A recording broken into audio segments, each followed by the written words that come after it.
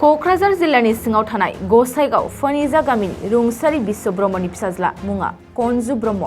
बिथां कनजु ब्रह्मनि माखासे फोरमान बिलाइफ्रा थांनाय 28 डिसेम्बर खालि मोनानि 10 रिंगासोआव क'क्राझार सहरनि नांजाबनाय रुपाथि नोगोरनिफ्राय गोमादों। सहरनि आसाम अइल थाव डिपुनिफ्राय फैबाय थानाय समावनो बिथां कनजु ब्रह्मनि अरिजिनेल डकुमेन्ट्सफोर जेरै bank passbook, Aadhaar card, pan card आरो ड्राइभिं लाइसेन्सआ हरखाबै गोमादों।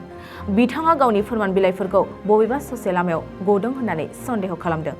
बेनिखायनो डकुमेन्ट्सफोरखौ सोरबाफोर मोनदोंब्ला गोसो अनफावरि सुबुंफ्रा अन्नानै नैबे मबाइल नम्बर 6000632260 आव थोंजों खोन्थाहरनो कनजु ब्रह्मआ गुरैयै खावलायहरदों। क'क्राझार जिल्लानि सिङाव थानाय गसाइगाव फनिजा गामिनि रुंसारि बिश्व ब्रह्मनि फिसाज्ला मुङा कनजु ब्रह्म।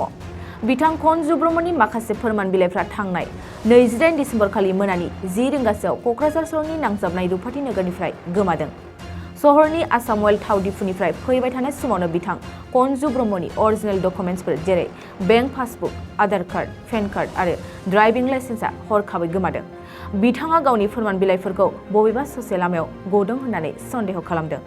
बेनिखायनो डकुमेन्ट्सफोरखौ सोरबाफोर मोनदोंब्ला गोसो अनफावरि सुबुंफ्रा अन्नानै नैबे मबाइल नम्बर 6000632260 आव थोंजों खोन्थाहरनो कनजु ब्रह्मआ गुरैयै खावलायहरदों।